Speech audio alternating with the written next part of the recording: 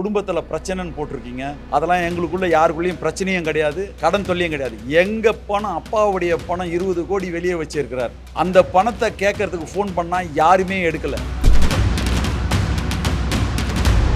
பேரம்பேத்திக்கு செய்ய முடியல, பசங்களுக்கு செய்ய முடியல, எடுத்துன்னு போய் நம்ம 20 கோடி இவங்களுக்கு கொடுத்துட்டோமே அப்படின்ற ஒரு பெரிய கவலை. இவர் தான் எல்லாருக்கும் கொடுத்துருக்கார தவிர வேற யாருக்கிட்டையும் வந்து இவர் கடன் வாங்க 10 பைசா வாங்கினது கிடையாது.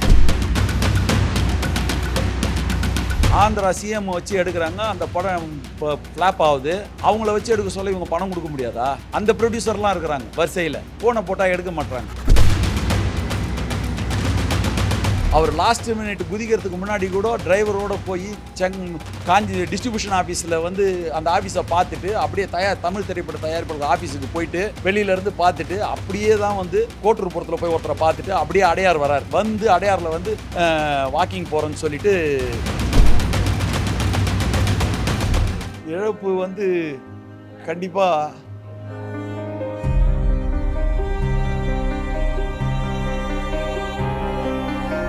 வந்து பெரிய இழப்பு. அப்பாவை இழக்கிறாங்கன்னு சொல்ல சாதாரணமாக ஒரு குடும்பத்தில் அப்பா இல்லைனாலுமே வந்து அந்த குடும்பமே வந்து நடுவில் தெருவில் நிற்கிற மாதிரி ஒரு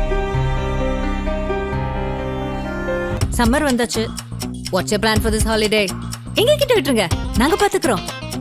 GT Holidays. GT Holidays, South India's #1 travel brand. Chennai, Chengalpattu, Kanchipuram, Tiruvallur மாவட்ட தலைவர், சினிமா தயாரிப்பாளர், டைரக்டர் கே. ராஜன் அவர்களுடைய 3வது மகன் பேசுகிறேன் நான். எல்லாரும் ஒரு நியூஸ் போட்டுருக்காங்க அவருக்கு கடன் தொல்லை அப்படின்னு.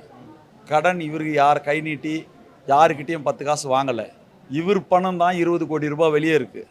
அது அவருக்கு மனசு கஷ்டத்தை கொடுத்துச்சு. ஃபோன் பண்ணுறவங்க எல்லாம் பெரிய ப்ராஜெக்ட் பண்ணுறவங்களும் சரி, சின்ன பட்ஜெட்டில் படம் எடுக்கிறவங்களும் சரி, தயாரிப்பாளர்கள் நண்பர்களுக்குன்னு கொடுத்தாரு 20 கோடியை தனித்தனியாக.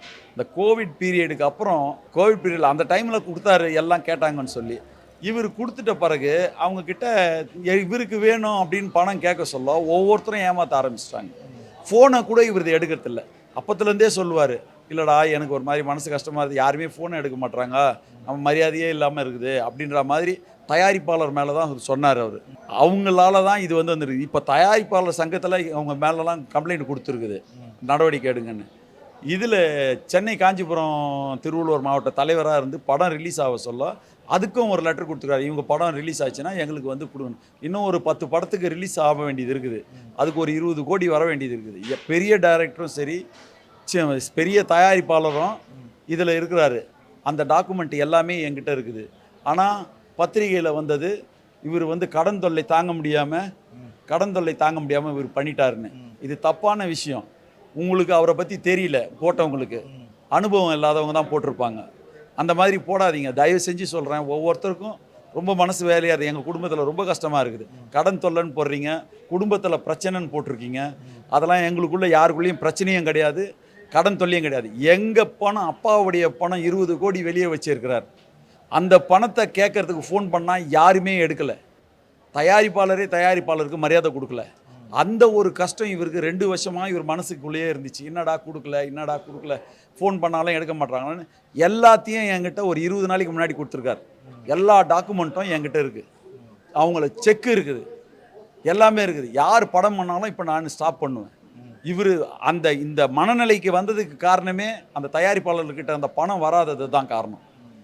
அதனால் இப்போ பேசி கம்ப்ளைண்ட் கொடுத்துருக்குறோம். இப்போ புது தலைவர் வந்திருக்காரு, தமிழ் குமரன். அவர் வந்து நான் பார்க்குறேன்னு சொல்லியிருக்காரு. திருப்பியும் விநியோகஸ்த சங்கத்தில் சாயந்தரம் வந்தாங்க, அவங்க இப்போ வருவாங்க. பார்த்துட்டு அவங்க மேலேயும் அங்கேயும் கம்ப்ளைண்ட் கொடுத்து வச்சுருக்கு. கொஞ்ச நாளே மன உளைச்சலாக இருந்தது. அதனுடைய இம்பேக்ட் தான். அந்த ஒரு 3 வருஷமாக அவர் வந்து எல்லாரையும் கேட்குறாங்க, ஃபோன் எடுக்க மாட்டுறாங்க, இல்லை அப்புறம் தரேன் போகிறேன்னு சொல்லி என்னடா இப்படி பண்ணின்னு இருக்கிறாங்க அப்படின்னு என்கிட்ட சொல்லியிருக்கிறாரு. என்கிட்ட ஒரு 3 வருஷமாக என்கிட்ட அதை புலம்ப ஆரம்பித்தார். எனக்கு ஒரு மாதிரியாக இருக்குது, காசே இல்லை, தரமாட்டுறானுங்க, அவனுங்க அங்கே போயிட்டானுங்க இங்கே போயிட்டானுங்க. பெரிய ப்ரொடியூசர்லாம் இருக்கிறாங்க, இதில் பேர் சொல்லக்கூடிய ப்ரொடியூசர்லாம். அவங்களாம் வந்து ஆந்திரா சிஎம் வச்சு எடுக்கிறாங்க, டெப்டி சிஎம் வச்சு படம் எடுக்கிறாங்க. ஆந்திரா சிஎம் வச்சு எடுக்கிறாங்க, அந்த படம் ஃப்ளாப் ஆகுது. அவங்கள வச்சு எடுக்க சொல்ல இவங்க பணம் கொடுக்க முடியாதா? அந்த ப்ரொடியூசர்லாம் இருக்கிறாங்க வரிசையில், ஃபோனை போட்டால் எடுக்க மாட்டுறாங்க.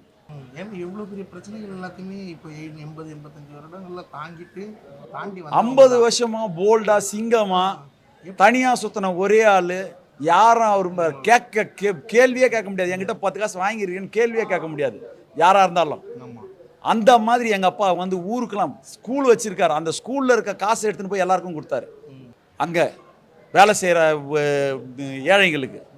அந்த மாதிரி தான் வந்தார். அவரை பற்றி தப்பாக போடுறதுக்கு எப்படி மனசு வருதுன்னே தெரியல முதல்ல. அந்த இம்பேக்ட் தான் இது எல்லாமே வருது. இப்போ தான் நான் சொன்னேன், டெப்டி சிஎம் வச்சு எடுக்கிறாங்க ஆந்திராவில், அவரே கொடுக்க மாட்டாரு. அப்போ சின்ன ப்ரொடியூசர் கொடுத்துருவாங்களா? அதுக்கெல்லாம் இப்போ இனிமேல் தான் நாங்கள் வந்து திருப்பியும் அதுக்கு ஆக்ஷன் எடுக்கணும்.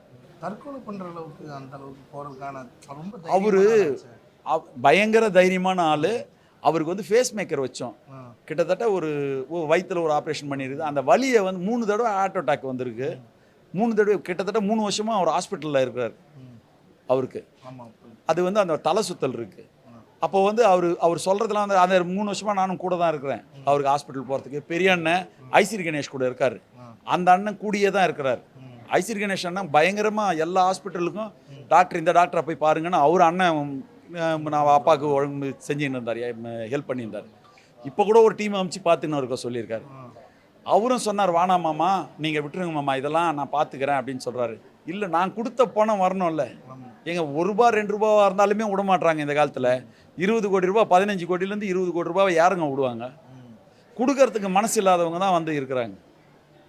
அந்த ஒரு காரணம் தானே தவிர இவருக்கு அதுலேருந்து அப்படியே அவர் வந்து எனக்கு ஒன்றும் புரியல அப்படின்னு சொல்லிட்டு அவர் வாக்கிங்லாம் எங்கேனா போவார் வருவார். அதே மாதிரி வாக்கிங் போக சொல்ல தான் வந்து திடீர்னு முடிவு எடுத்துருக்கிறாரு. இனிமேல் என்ன பண்ணும்? அவருக்கு ஒரு கவலை, பேரம்பேத்திக்கு செய்ய முடியல, பசங்களுக்கு செய்ய முடியல, எடுத்துன்னு போய் நம்ம 20 கோடி இவங்களுக்கு கொடுத்துட்டோமே அப்படின்ற ஒரு பெரிய கவலை. அதை வந்து இன்றைக்கி பேப்பர்லேயும் சேனல்லையும் பார்த்தா அவர் கடனாளி, கடன் வாங்கிட்டார போட்டிருக்காங்க. தப்பாக போடாதீங்க தயவு செஞ்சு. நீங்கள் உண்மையை போடலைன்னா கூட ஒருத்தர் மேலே பழிய வைக்காதீங்க. இவர் வந்து தனியாக சோலோவாக சுற்றின சிங்கம். சினிமாவுக்கு அவ்வளோ 40-50 வருஷமாக அவர் உழைச்சிருக்காரு. அவர் லாஸ்ட் மினிட் குதிக்கிறதுக்கு முன்னாடி கூட டிரைவரோடு போய் காஞ்சி டிஸ்ட்ரிபியூஷன் ஆஃபீஸில் வந்து அந்த ஆஃபீஸை பார்த்துட்டு அப்படியே தமிழ் திரைப்பட தயாரிப்பாளர் ஆஃபீஸுக்கு போயிட்டு வெளியிலேருந்து பார்த்துட்டு அப்படியே தான் வந்து கோட்டூர்புரத்தில் போய் ஒருத்தரை பார்த்துட்டு அப்படியே அடையார் வரார். வந்து அடையாரில் வந்து வாக்கிங் போகிறேன்னு சொல்லிவிட்டு டிரைவரை போக சொல்லி அவர் பண்ணிட்டாங்க. இப்போ அவங்க உயிரோடு இருக்கும்போதே இவங்க நிறைய பேர் பணம் தரல, இதுக்கப்புறம் எப்படி? எல்லாத்துக்கும் கம்ப்ளைண்ட் கொடுத்துருக்குறோம். இப்போ என்கிட்ட அவர் அப்பா தமிழ் திரைப்பட தயாரிப்பாளர் சங்கத்துலேயும் கம்ப்ளைண்ட் இருக்குது, விநியோகஸ்தர் சங்கத்துலேயும் கம்ப்ளைண்ட் இருக்குது. இதை இனிமேல் தான் முயற்சி பண்ணி கொடுக்கணும். இல்லை அவங்களாம் மனசு வந்து கொடுக்கணும். அவங்களுக்கு மனசு வேணும் முதல்ல. அவங்க எப்படி இவர் கொடுத்தாரோ, ஒன்றுமே இல்லாமல் கொடுத்ததெல்லாம் நிறைய இருக்குது, டாக்குமெண்ட் வாங்கி கொடுத்ததெல்லாம் நிறைய இருக்குது. அதனால் இது சொல்லப்போனால் ஒரு பெரிய கதை. இவர் தான் எல்லாருக்கும் கொடுத்துருக்கார தவிர வேறு யார்கிட்டையும் வந்து இவர் கடன் 10 பைசா வாங்கினது கிடையாது. அதனால் தயவு செஞ்சு யூடியூப்லேயும் செய்திலையும் போட சொல்ல தப்பான செய்தி போடாதீங்க. இழப்பு வந்து கண்டிப்பாக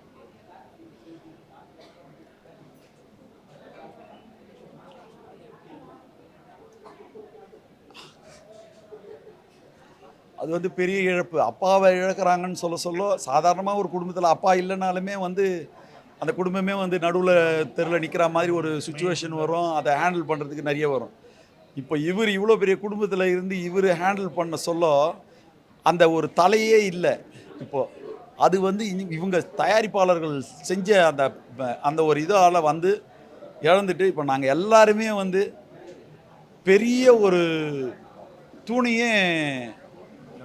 அது இல்லாமல் சினிமா தொழிலில் இருக்கிறவங்க ஒரு ஜாம்பவானை இழந்துட்டாங்க, ஒரு போராளியை இழந்துட்டாங்க, ஒரு சின்ன தயாரிப்பாளருக்கு என்ன வந்தாலும் சண்டை போட்டு அவருக்கு அந்த உரிமையை வாங்கி கொடுக்குற ஒரு மாவீரை நம்ம மறந்துட்டாங்க. அவங்க மறந்துட்டாங்க. ஆனால் நாங்கள் மறக்கலை. நாங்கள் தப்பு செய்ய மாட்டோம். எல்லாமே அவங்களே மனசு வந்து கொடுத்தாங்கன்னா பார்ப்போம். இல்லைனா 2 இடத்துலையும் கம்ப்ளைண்ட் கொடுத்துட்டு பார்க்க வேண்டியது தான் எப்படின்னு சொல்லி அவங்களா மனசு வந்து கொடுக்கணும். நன்றி. சம்மர் வந்தாச்சு. What's your plan for this holiday? எங்க கிட்ட விட்டுருங்க, நாங்க பாத்துக்கிறோம். VGT Holidays. GT Holidays, South India's #1 travel brand.